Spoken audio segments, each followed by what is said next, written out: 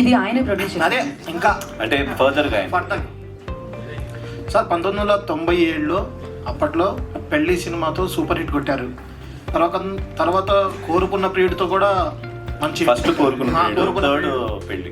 అవును సార్. అయితే back to back మంచి హిట్లు కొట్టారు. తర్వాత 2000 తర్వాత తీసుకున్న మీరు కొన్ని స్టోరీలు కానీ అవి కొంచెం మీకు మంచి పేరు రాలేకపోయింది అని అనుకుంటున్నారు. ఎందుకంటారు? అంటే మీరు ఎంచుకున్న స్టోరీస్ వల్ల. అప్పుడు థింకింగ్ ఏముండేదంటే రాంగ్ థింకింగ్ యాక్చువల్గా. అప్పటి వరకు మంచి సినిమాలు చేసి మంచి సినిమాలు రాకపోయేటప్పటికి ఏదో ఒకటి చేస్తూ ఉండాలనే ధోరణిలో వెళ్ళాం కొన్నేళ్ళు. అంటే ఈ చేస్తే మంచిది వస్తుందని. Okay. So that was a mistake. So ఇప్పుడు అది అట్లాంటివి చేయకూడదు. ఏదైనా సరే మనకు నచ్చిందే చేయాలన్నది ఇప్పుడు తీసుకున్న నిర్ణయం. థ్యాంక్ యూ అండి. Thank you so much. Thank you so much.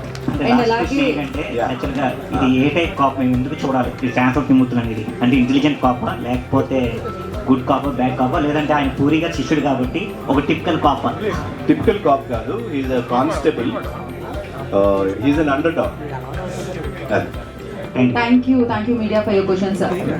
Vadde Naveen గారు, మీ సినిమాల్లో మెలోడీస్ చాలా చూసాం, చాలా పేరు. And yes, thank you media.